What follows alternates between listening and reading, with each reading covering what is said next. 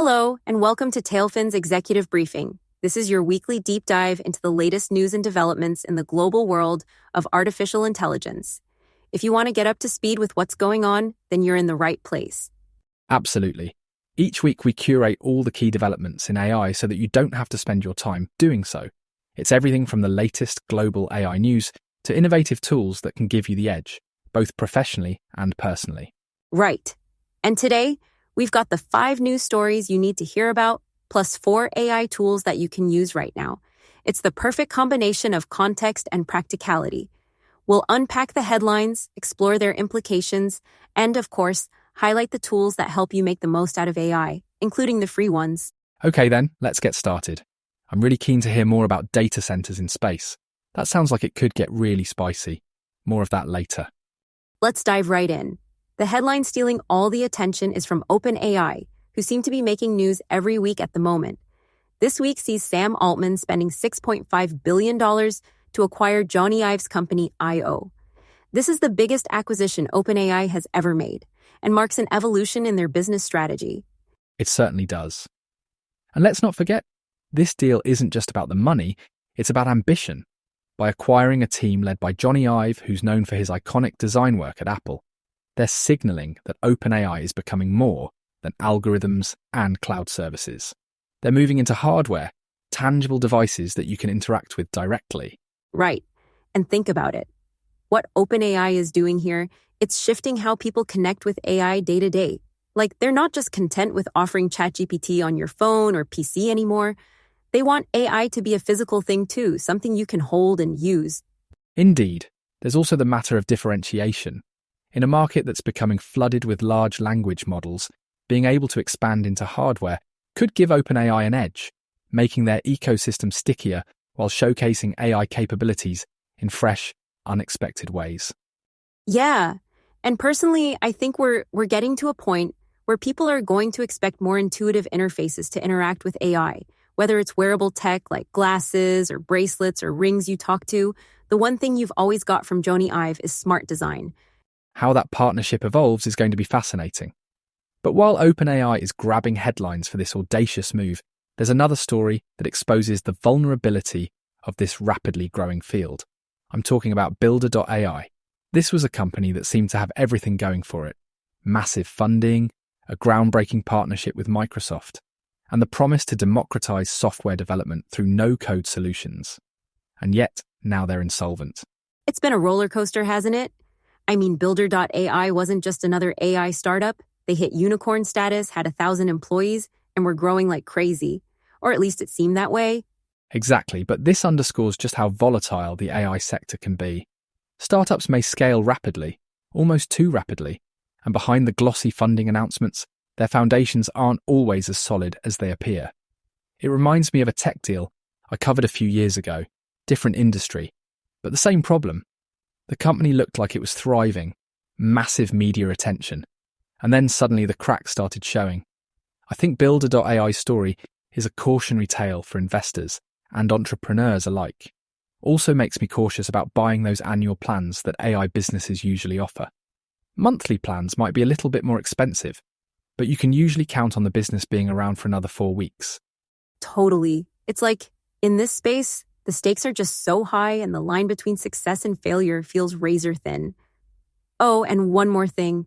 The irony of a no-code platform falling apart because its own business model couldn't keep up. That's like, I hate to say it, but almost poetic. It does carry a certain irony, doesn't it? Next up, let's talk about cutting-edge video technology. All right, Eric, here's something really cool coming out of the Googleplex. Google has just unveiled VEO3, their latest leap in video generation technology. And this one isn't just another incremental update. No, it's not. It's got the capability to generate synchronized audio dialogue, which is moving the tech forward at pace. This release also generates sound effects and background noises, but it's the fully synced audio which makes the upgrade practically on another level. It certainly sets a high bar. With VEO3, users can now create prompt-based videos that feel complete. Previously, you'd be trying to stitch scenes together, almost with virtual sticky tape. It's only available in the US right now, but the global release won't be far off. And here's the thing. They're doing this while leaving the rest of the market behind. At least for now. I mean, The competition hasn't even come close to cracking this, right? Not at this level, no. Google's using their existing dominance in AI to push boundaries here. The implications for content creation, I mean, it's hard to overstate. Marketing teams, filmmakers, educators, they could all tap into this tech to produce highly tailored, affordable content that looks like it's come straight out of Hollywood. Yeah, but do you think platforms like this might overwhelm the market with too much content? I mean, if anyone, anywhere, can create a professional grade video with synced audio in, a few clicks? It's possible, but on the other hand, democratizing access to high-quality video tools opens up so many opportunities. Smaller creators, for instance, finally have a chance to compete with the big players on nearly equal footing. What I find fascinating is the audio part. I can't get over how good it is. Background noises, dialogue syncing, even sound effects that actually match the visuals. It's like AI isn't just learning to see, it's learning to hear and talk too. And that's key. It takes us a step closer to truly immersive digital experiences.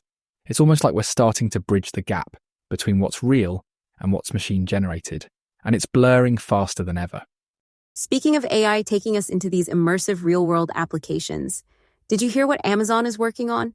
They're testing these AI-powered shopping experts, and they generate audio summaries for products. That's like having your own personal shopping assistant reading you the reviews and specs in real time. It's certainly an intriguing concept. By incorporating audio summaries, Amazon could make shopping more accessible for people who prefer listening over reading, or even for those who are multitasking. It aligns with their broader goal of turning into a more conversational shopping platform. Exactly, and it's just so smart. I mean, think about items you need to research, like cameras or laptops, where you spend hours scrolling through reviews. This could save, so much time. Also, it feels a bit more human, right? You're getting this guided experience instead of just reading another wall of text. Yes, but it does raise questions about trust. Will these summaries be truly impartial, or is there a subtle bias depending on partnerships or ad placements? Amazon would need to tread carefully to maintain credibility. Oh, totally. If users even sniff out bias, it could backfire big time, but I don't know. It just seems like another step in making shopping, frictionless. Anyway, our final story is something less consumer-focused. As Captain Kirk would always say, it's space, the final frontier. Eric, have you seen what China's doing with Star Compute? I have, and it's rather extraordinary. They've launched the first 12 satellites of what's planned to be a network of 2,800 AI-powered satellites in low Earth orbit. This orbital cloud is essentially a distributed supercomputer in space. The scale of ambition here is literally out of this world.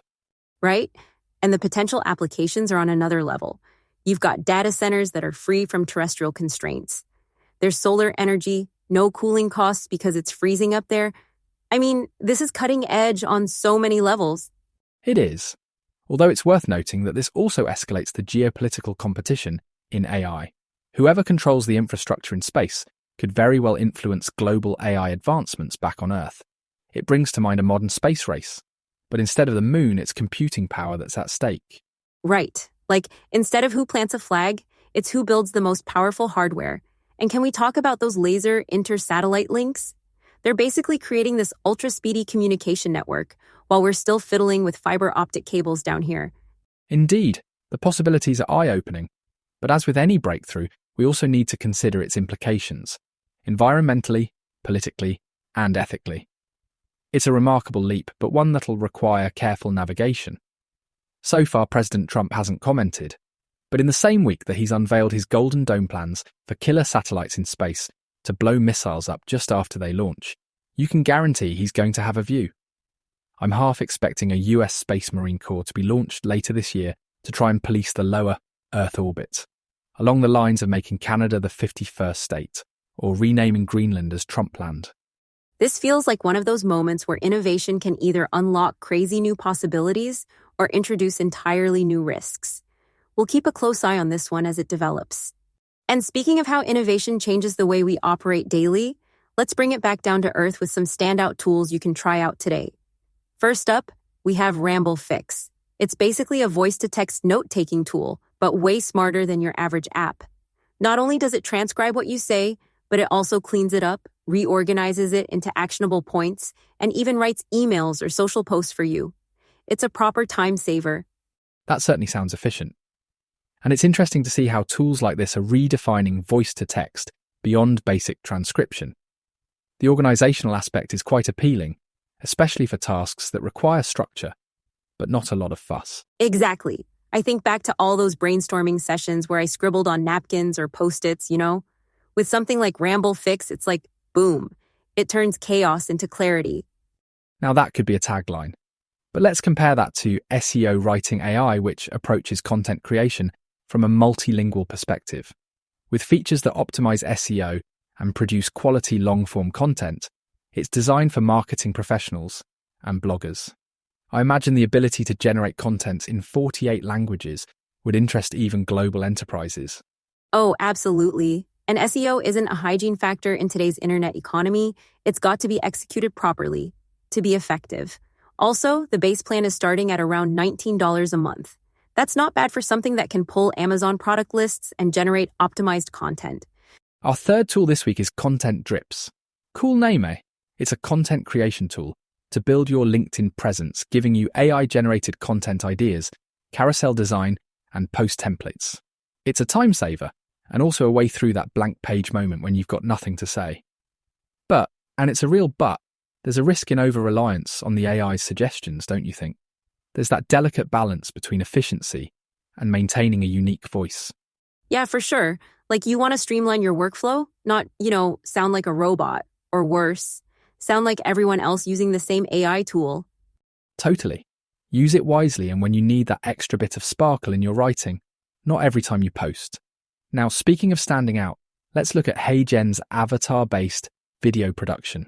This tool lets you create videos without needing a single piece of camera equipment.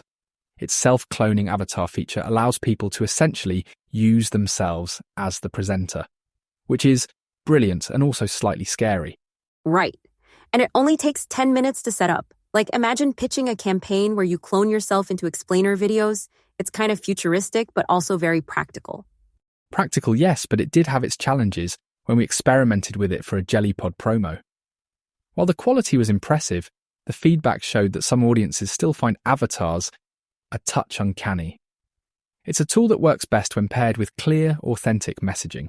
It's definitely worth checking out, though, to see how advanced avatars have got this year. It's a great platform. Reckon we should be doing a video version of this podcast, cloning ourselves and building a YouTube channel?